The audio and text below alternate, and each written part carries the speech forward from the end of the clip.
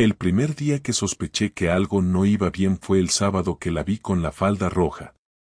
Y no porque la falda tuviera algo raro, sino porque esa falda estaba en la bolsa de ropa que yo mismo llevé al contenedor hace 3 semanas. La falda roja de Laura. La falda que ella misma dijo que ya no le servía y que no tenía sentido guardarla más. Palabras textuales. La metió en la bolsa mientras recogíamos el trastero y, entre risas, dijo, «Esta la llevaba cuando aún salíamos, ¿te acuerdas?» Claro que me acordaba. Esa falda tenía historia. Una de las primeras veces que me enamoré de ella fue viéndola con esa maldita prenda, en una terraza de lavapiés, con una caña en la mano y el sol dándole en la cara. Pues esa misma falda, el sábado por la noche, estaba puesta en ella. La reconocí en cuanto entró al salón. No solo era la misma, era idéntica. Hasta la arruga en el borde izquierdo que siempre se le marcaba por la forma en que se sentaba. No dije nada. Me limité a mirarla. Laura ni se inmutó. Se soltó el pelo, cogió el bolso, y me dijo. Salgo con las chicas. Volveré tarde. ¿Con las chicas? Ya. Las mismas chicas con las que, supuestamente, se peleó hace 2 meses. Las mismas que dejó de seguir en Instagram y con las que juró que ni muerta volvía a quedar. Pero claro, ahora, de repente, noche de chicas.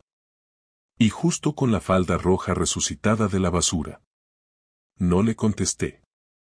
Me limité a asentir. Fingí que me tragaba la historia. Pero no estaba bien. Algo no encajaba, y te juro que no soy de los que se montan películas. Nunca fui celoso, ni paranoico, ni de esos que le miran el móvil a su pareja. Pero esa noche sentí algo que no había sentido nunca, desconexión. Como si esa mujer, la de la falda roja, ya no fuera mi mujer. Como si yo ya no tuviera ni idea de quién era. Me quedé solo en casa con Rubén, nuestro hijo, que ya dormía. Encendí la tele sin verla y me pasé horas repasando mentalmente cada gesto, cada frase de los últimos días. Lo más jodido fue darme cuenta de que no había tenido ni una sola conversación real con Laura en semanas. Todo era rutina, todo era automático. Como compañeros de piso. O peor, como 2 desconocidos que se toleran.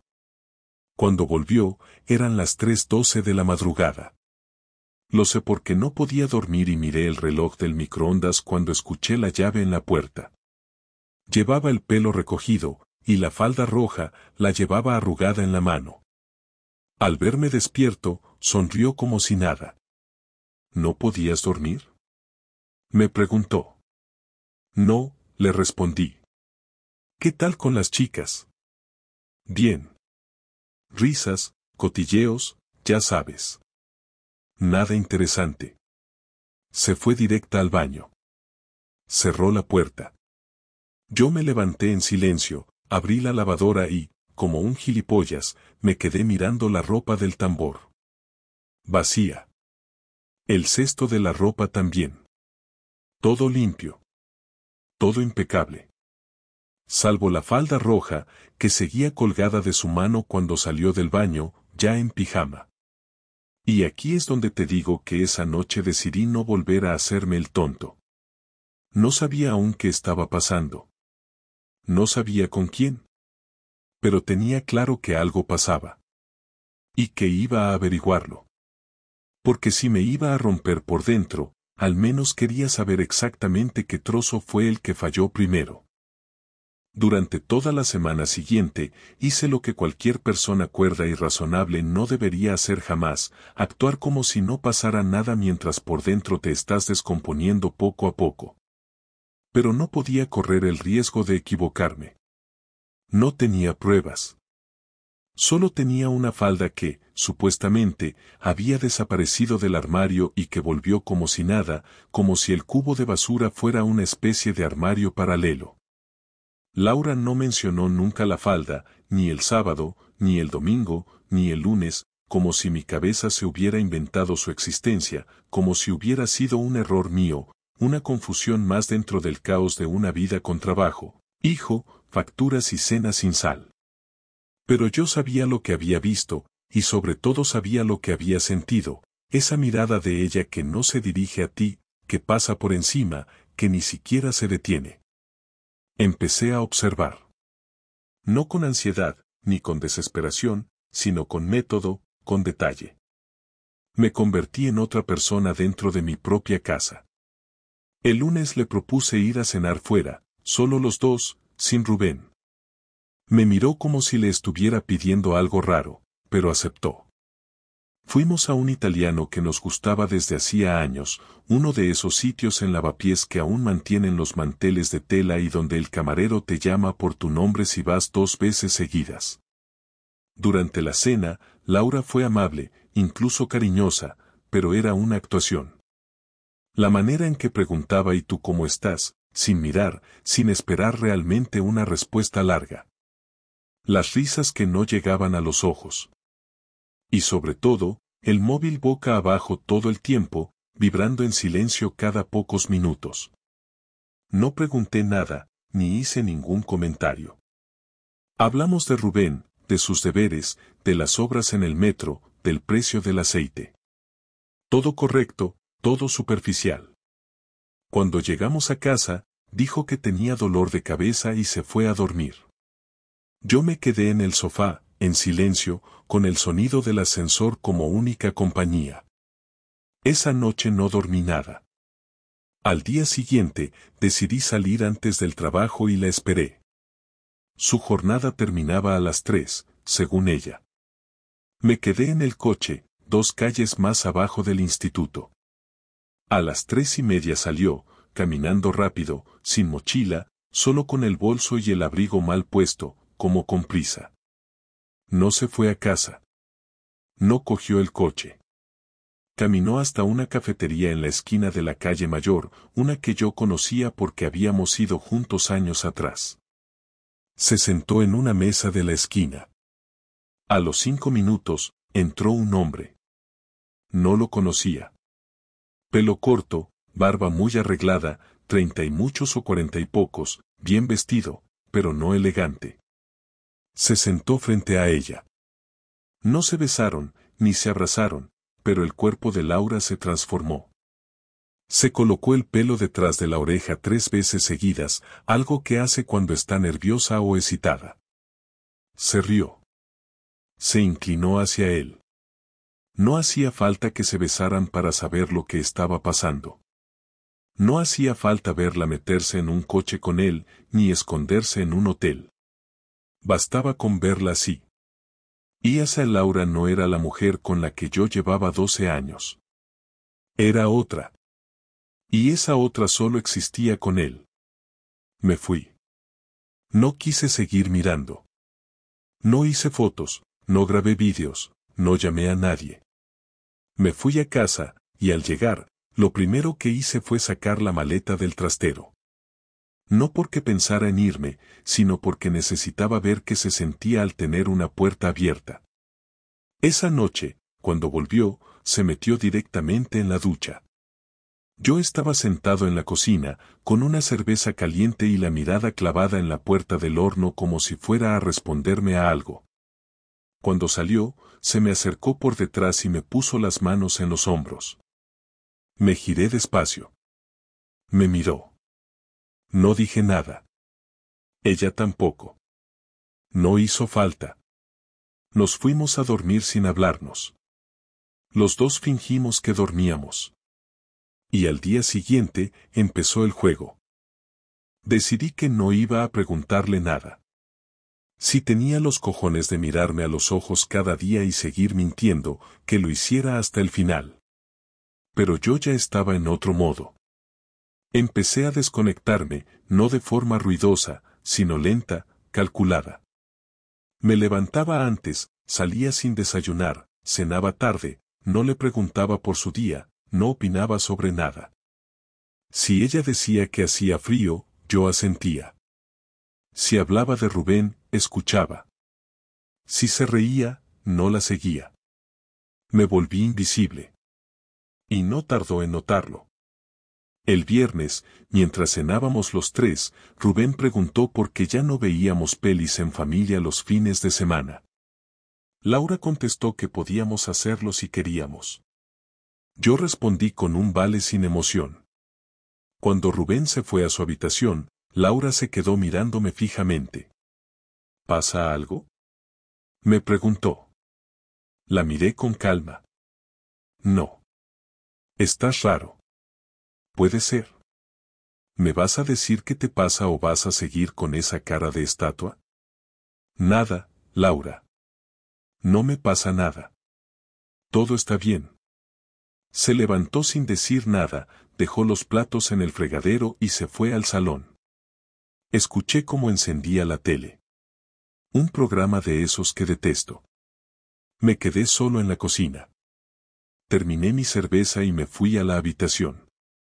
Me encerré. Pensé. No sentía rabia todavía. Solo decepción. Y eso era peor. La rabia es acción, energía, fuego. La decepción es plomo. Es darte cuenta de que lo que pensabas que era tu vida, ya no lo es. Y que no hay marcha atrás. El sábado, sin decir nada, salí temprano y me fui a la ferretería. Compré una cerradura nueva para el armario del trastero. Empecé a mover cosas, a hacer espacio. No era un gesto simbólico. Era real.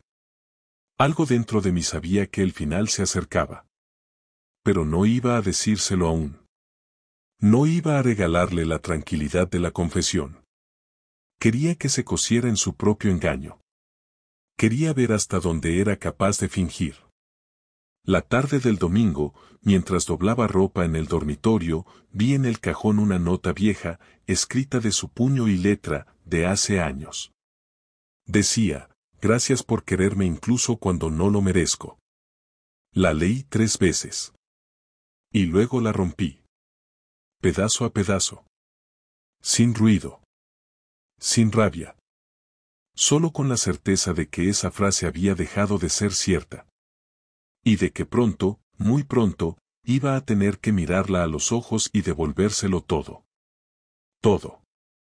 El día que todo se rompió no empezó de una forma especial ni distinta a los demás.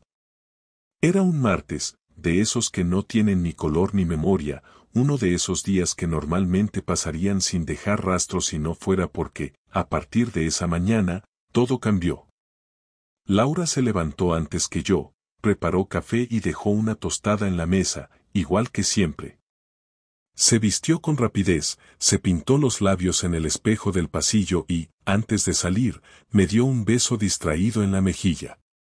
Yo fingí seguir dormido, aunque llevaba despierto desde que escuché el agua de la ducha. En cuanto oí la puerta del portal cerrarse, me levanté, me vestí sin hacer ruido y salí de casa 20 minutos después. No iba a trabajar. Llevaba varios días calculando los horarios, y sabía que ese día, si todo seguía el patrón de las semanas anteriores, no iría directamente al instituto. Cogí el coche, lo aparqué en una esquina de la calle de los Reyes y esperé.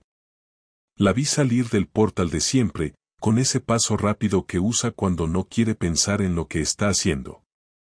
Llevaba un abrigo beige, el mismo que usa cuando tiene reuniones, y el bolso grande de cuero oscuro colgado del hombro. Caminó hasta la parada del bus, pero cuando el autobús llegó, no subió. En su lugar, cruzó la calle y entró en un coche que la esperaba. Un coche gris. Un Seat León. El mismo tipo que había visto aquella vez en la cafetería. No arranqué enseguida. Esperé unos segundos, encendí el coche y lo seguí a distancia. No hacía falta ser detective para darse cuenta de lo que estaba pasando, pero necesitaba verlo con mis propios ojos. No por morbo, sino por certeza. Necesitaba poder decir, sin sombra de duda, que había dejado de inventar excusas para ella. El coche avanzó hasta el centro de Alcalá, dobló en dirección al polígono y se detuvo frente a un hotel pequeño, de esos que parecen pensados para que la gente no se haga demasiadas preguntas. Aparqué 2 calles más atrás. Me quedé dentro del coche.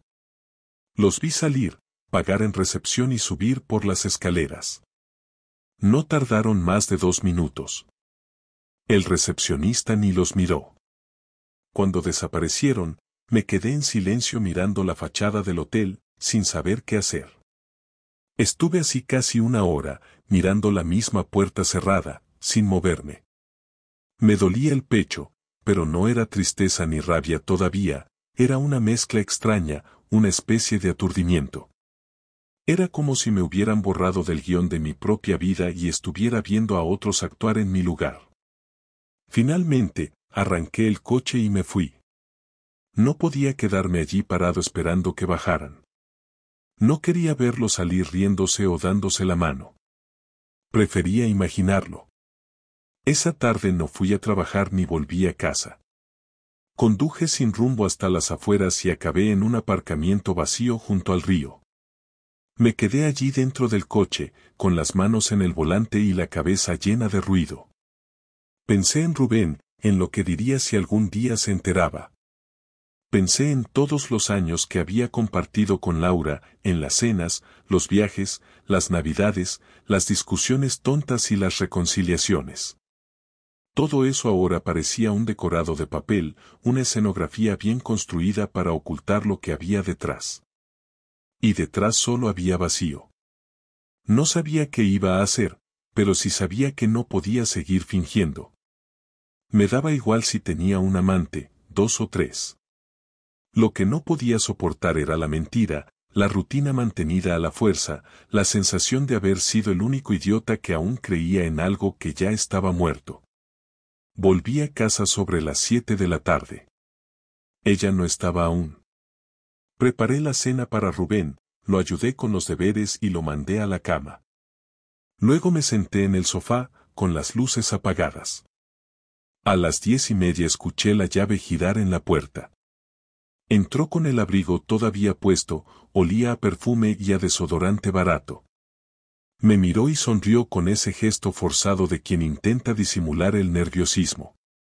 ¿No estás dormido?, preguntó. No. He tenido una tarde horrible, una reunión larguísima con los de dirección.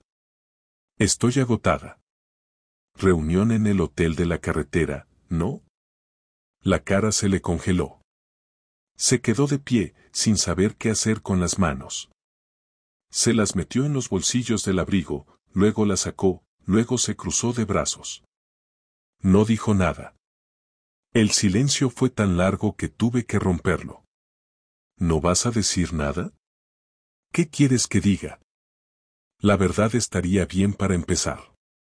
¿Qué verdad? No me tomes por tonto, Laura. Te he visto.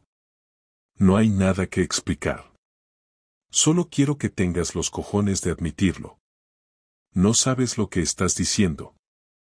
Sí lo sé. Estás viéndote con otro. Lo he visto con mis ojos.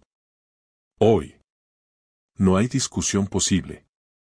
Se quitó el abrigo despacio, lo dejó en el respaldo de la silla y se sentó frente a mí. No lloraba. Tampoco parecía enfadada. Simplemente estaba cansada. Me miró con una mezcla de resignación y alivio. No quería que te enteraras así, dijo al fin. No sé cómo empezó, de verdad. Todo estaba mal desde hace mucho tiempo. No es solo por él, no creas que esto es un capricho o una aventura sin más. Es que me siento vacía contigo. No somos pareja, somos 2 personas que conviven. Me miras y no me ves, yo te hablo y tú ya no escuchas. ¿Y eso justifica que te acuestes con otro? Le respondí sin levantar la voz. Si querías separarte, lo decías. Si estabas cansada, lo hablábamos. Pero no. Preferiste mentir cada día, besarme por las mañanas sabiendo que te ibas a acostar con él por las tardes. Eso no es falta de amor, es falta de respeto. No busques razones lógicas en algo que no las tiene, replicó. No fue planeado. Simplemente pasó. No es fácil de explicar. No lo hice para herirte. Pues enhorabuena, porque lo has conseguido de todas formas. Se levantó y empezó a pasear por el salón, como si necesitara moverse para poder pensar. Yo la seguía con la mirada, intentando reconocer en esa mujer la persona con la que había compartido media vida. No quedaba nada. Ni en la forma de moverse ni en la manera de hablar. Todo era ajeno. ¿Vas a echarme de casa?, preguntó de pronto. No, Laura. No voy a echarte. No todavía. Pero tampoco voy a fingir que aquí no ha pasado nada. No quiero que Rubén sufra, dijo ella, con la voz un poco más suave. Rubén no tiene por qué sufrir si somos sinceros. Lo que le destroza a un niño no es el divorcio, es la mentira. Nos quedamos en silencio de nuevo. Ella se sentó en el borde del sofá, mirando el suelo. Yo no tenía fuerzas para seguir discutiendo. Todo lo que tenía que decirle ya estaba dicho. Quise gritar, pero no me salió. Quise insultarla, pero no podía. Solo me quedaba una sensación seca, sin dramatismo, sin lágrimas, sin nada. Cuando se levantó para irse a dormir, le dije algo que ni siquiera había planeado decir. Quiero que mañana te vayas a casa de tu hermana unos días. Necesito pensar. Asintió sin protestar. Subió las escaleras en silencio. Yo me quedé solo en el salón, escuchando cómo cerraba la puerta del dormitorio y cómo el silencio llenaba toda la casa. Esa noche no dormí. A las 6 de la mañana seguía sentado en el mismo sitio, mirando las luces del pasillo. A las 8 bajó con una maleta pequeña. Me miró antes de salir, con una expresión que no supe interpretar. Ni disculpa ni desafío, solo un gesto cansado. Cerró la puerta sin decir adiós. Me quedé de pie un rato, mirando el hueco vacío. En el calendario de la cocina, el viernes siguiente estaba marcado en rojo. Su cumpleaños. Y por primera vez desde que la conocía, no iba a celebrarlo con ella. No sé cuánto tiempo estuve ahí, pero cuando Rubén bajó para ir al colegio y me vio en la misma posición, me preguntó si estaba bien. Le dije que sí, que solo estaba pensando. No era verdad, pero tampoco era mentira.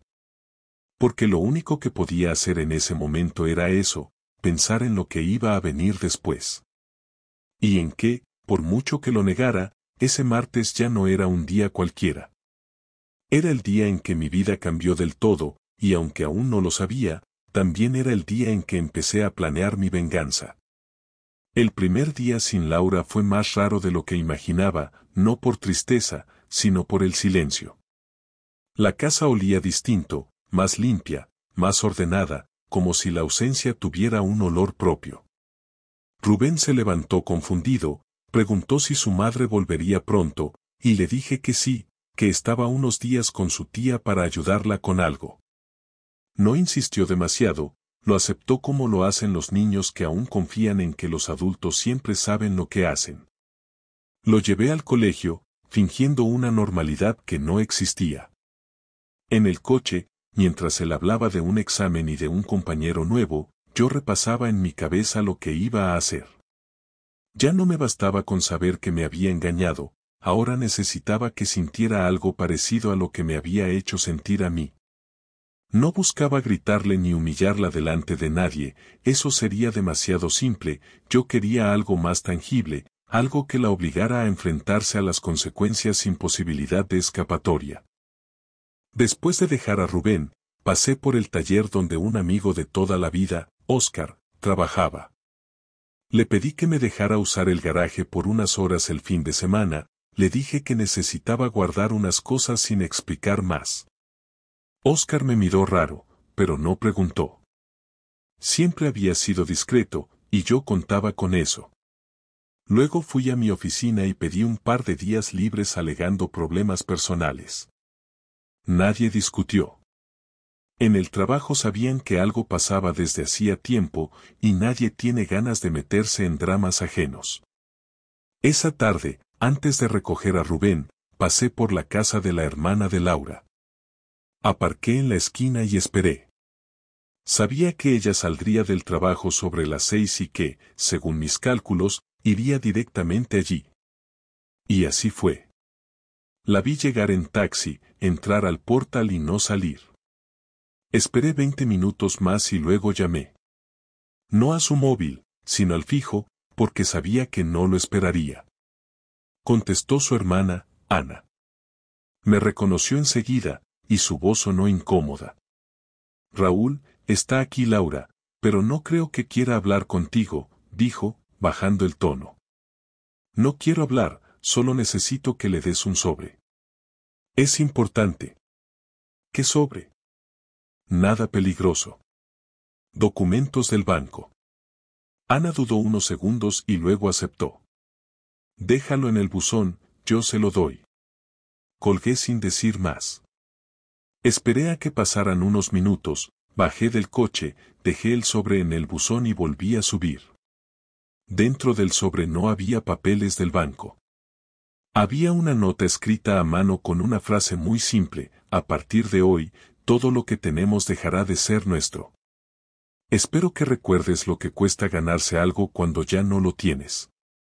Junto a la nota, había la llave del trastero.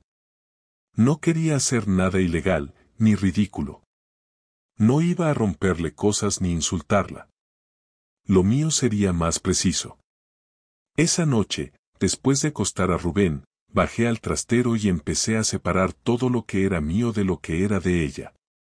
El ordenador, la cámara de fotos, algunos muebles pequeños, y las cajas donde guardábamos recuerdos de viajes, entradas de conciertos, fotos, cartas, todo eso. Lo empaqué sin mirar dentro, sin detenerme. A la mañana siguiente, cuando Rubén se fue al colegio, cargué el coche y llevé todo al taller de Óscar. Le dije que, si alguien preguntaba, eran herramientas.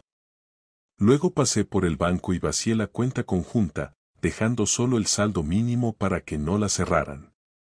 Abrí una cuenta nueva a mi nombre y transferí todo allí. También llamé al administrador de la hipoteca y pedí una copia de los documentos de propiedad, preparándome para el siguiente paso. Esa misma tarde recibí un mensaje suyo. No me sorprendió. Decía: ¿qué es esto que has dejado en el buzón? ¿A qué viene ahora esto? No contesté. Me escribió varias veces más, cada mensaje más largo, más tenso. ¿Por qué has tocado las cuentas? ¿Qué estás haciendo? Raúl, no puedes hacer esto, tenemos un hijo. ¿Podemos hablar, por favor? No respondía ninguno. La dejé en el vacío en el que me había dejado ella a mí durante meses.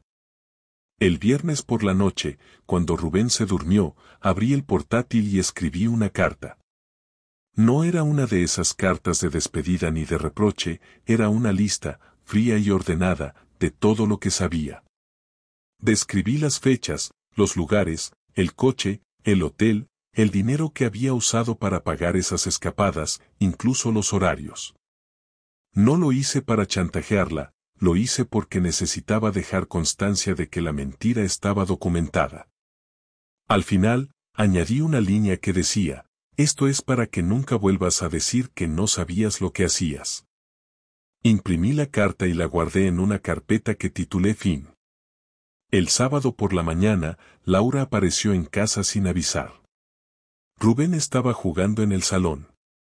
Cuando me vio, noté en su cara una mezcla de enfado y miedo.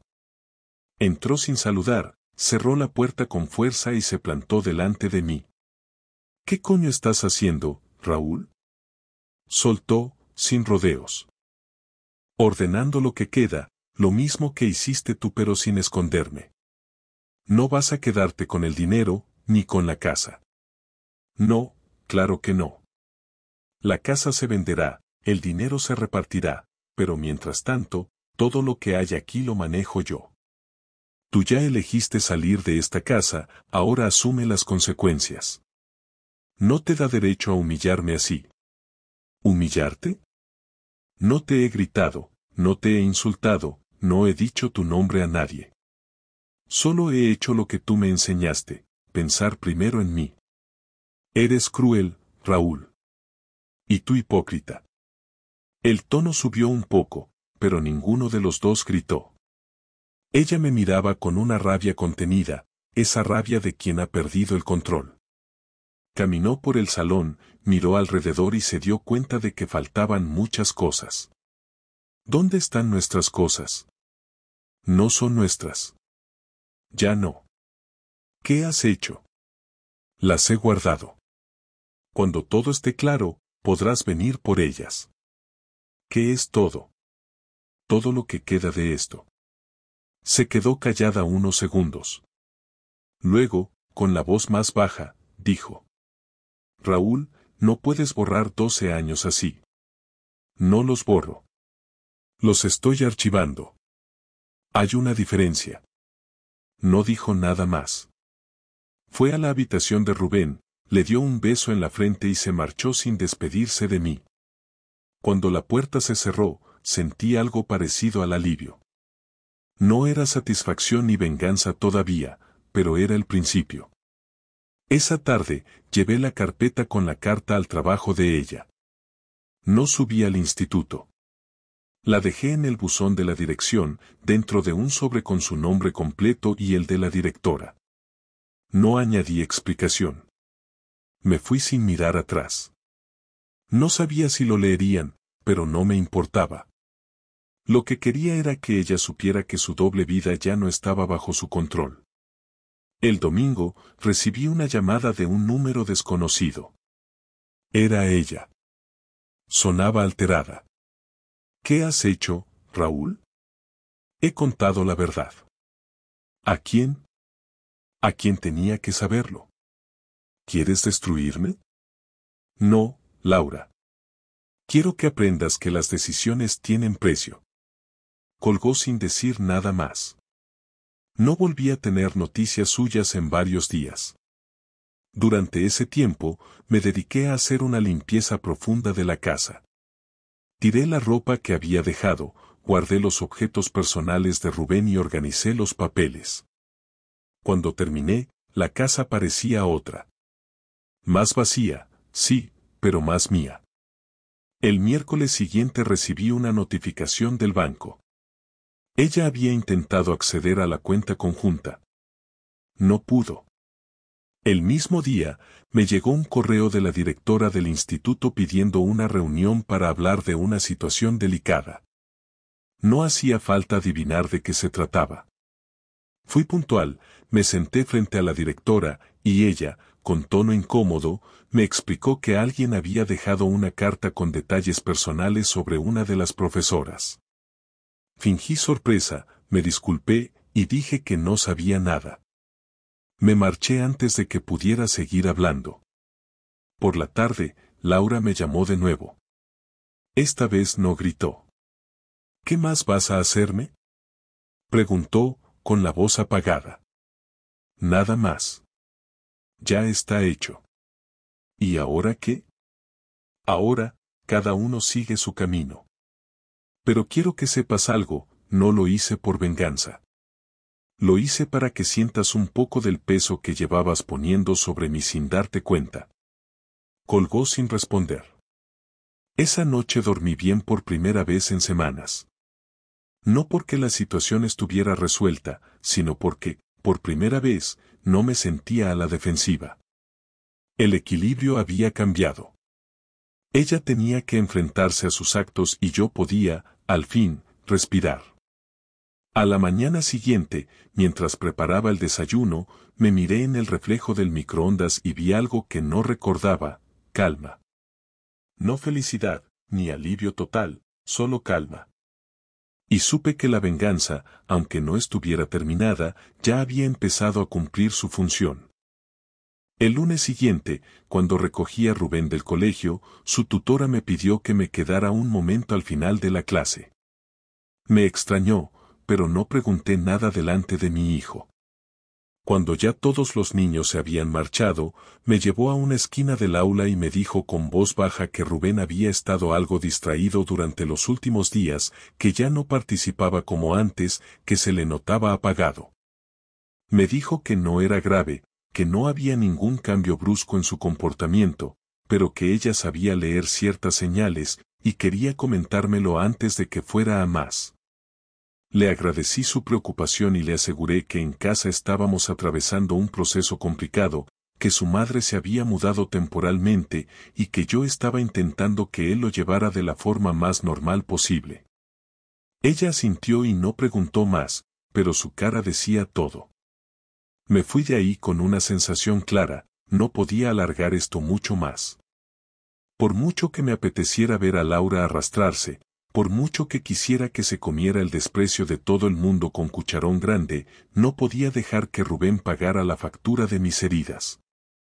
Esa misma noche, después de que se durmiera, me senté en la cocina, saqué una libreta y empecé a escribir una lista. Una lista de decisiones.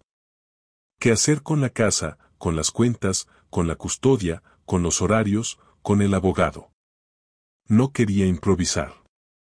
Tenía que tenerlo todo pensado, sin margen para titubeos. Al día siguiente pedí cita con un abogado especializado en separaciones.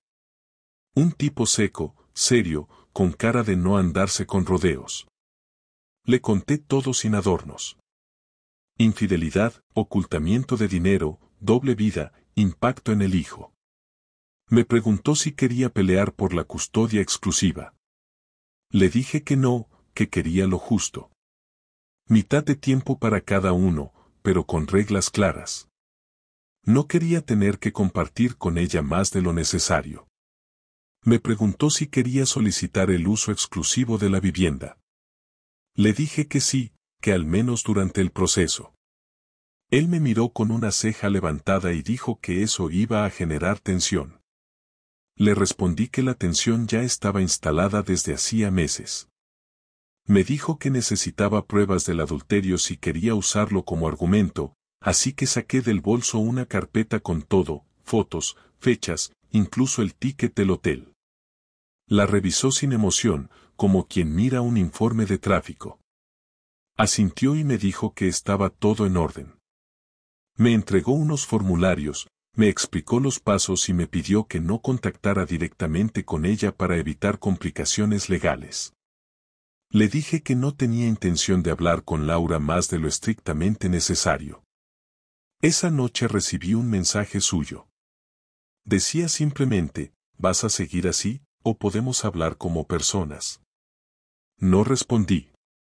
A la mañana siguiente, al dejar a Rubén en la escuela, ella me estaba esperando en la puerta. No estaba maquillada, llevaba la ropa arrugada y los ojos hinchados. Se acercó despacio, como quien se teme un portazo, pero aún así quiere probar. Raúl, por favor, necesitamos hablar. Esto no puede seguir así. No hay nada que hablar. Sí lo hay. No puedes borrarme así, no puedes decidir todo sin consultarme. Laura, yo no te estoy borrando. Eres tú la que se fue, la que decidió acostarse con otro, la que cruzó una línea que no se puede deshacer. No fue una decisión, Raúl. No fue algo que planeara. Pero pasó. Y cuando algo así pasa, se asumen consecuencias. Yo ya tomé las mías. ¿Qué estás haciendo? ¿Qué me estás preparando? ¿Me vas a quitar a Rubén? No. Pero ya no vas a decidir tú cuándo ni cómo nos vemos. He hablado con un abogado. Vamos a hacer esto por las buenas, pero con reglas. Sin improvisaciones, sin quedadas para hablar como esta. ¿Estás tramitando la separación ya? Sí. Se quedó en silencio unos segundos. Respiró hondo y me miró con una expresión que no había visto en ella en mucho tiempo. No era pena, ni ira. Era miedo. Yo no quería que esto acabara así. Pues entonces haber pensado antes de actuar. No todo es blanco o negro. Para ti, no. Para mí, desde el día que entraste en ese hotel, sí. Nos quedamos en silencio, cada uno con su dolor. Luego me giré y me metí en el coche. La vi alejarse con paso lento, sin rumbo claro. Días después, llegó la notificación oficial. La separación estaba en marcha.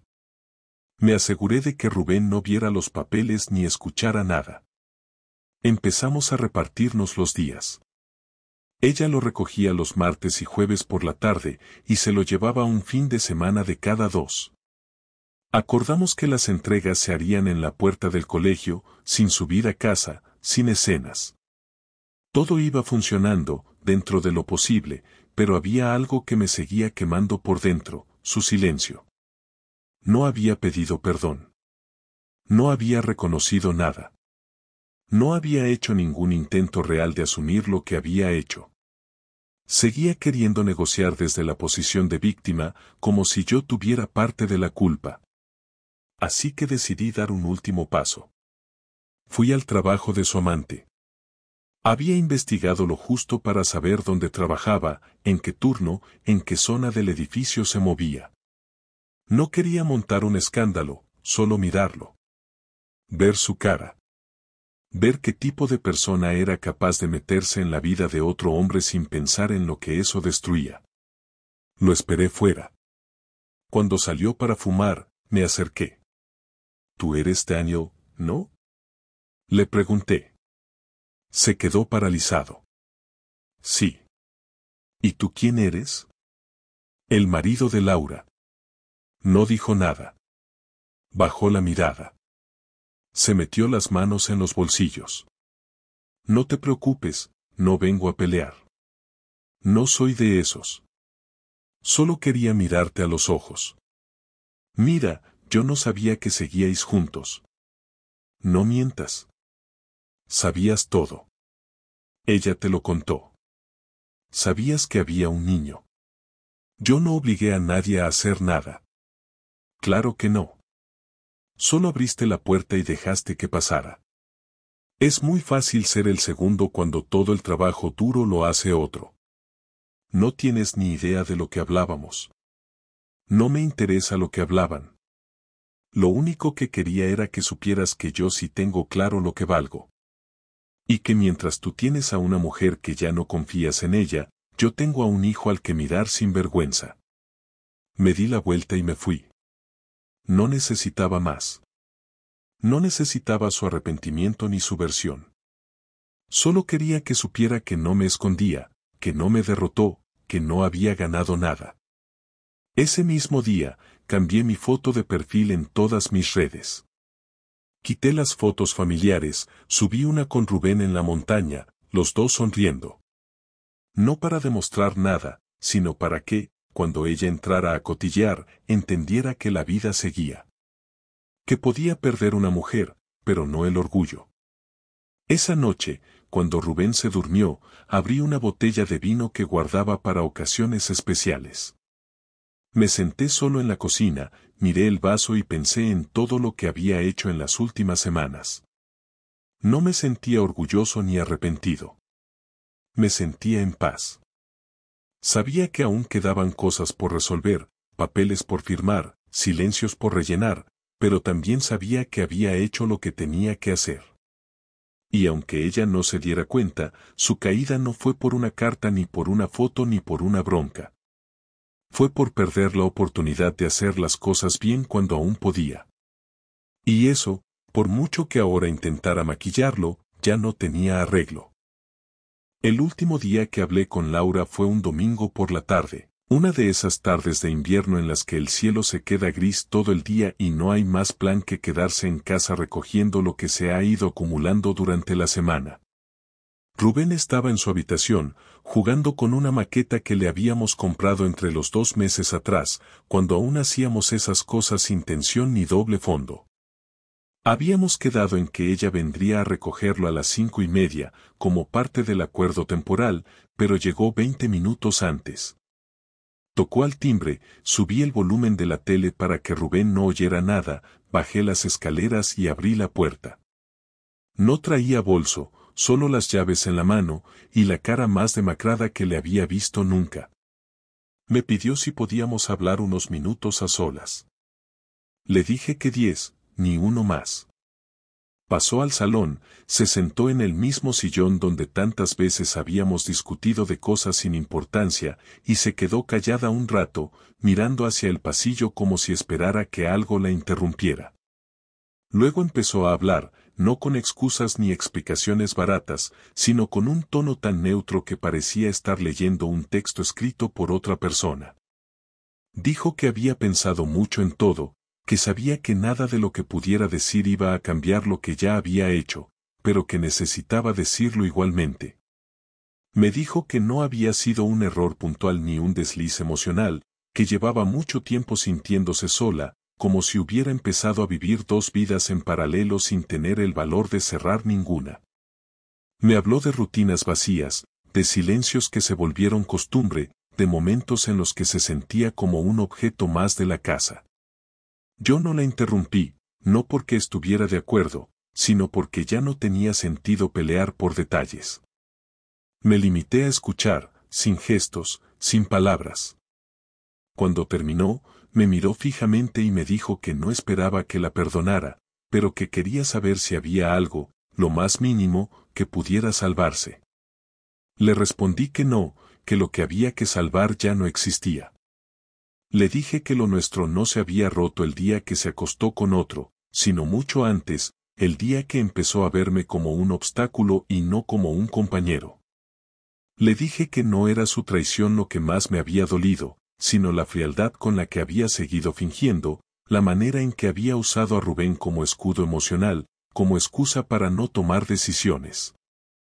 Le dije que yo también me había sentido solo, muchas veces, pero que nunca se me pasó por la cabeza solucionarlo follando con otra persona a escondidas.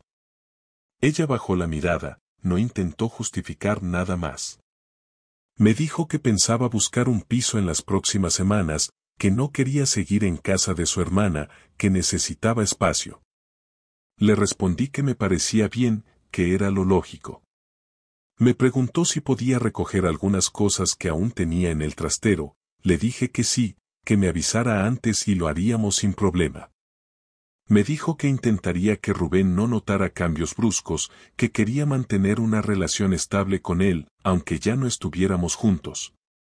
Le respondí que eso dependía de sus actos, no de sus intenciones. Se levantó, y por primera vez en todo ese rato, pareció a punto de llorar.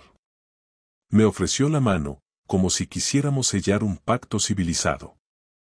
No la acepté. No por rencor, sino porque ya no tenía sentido.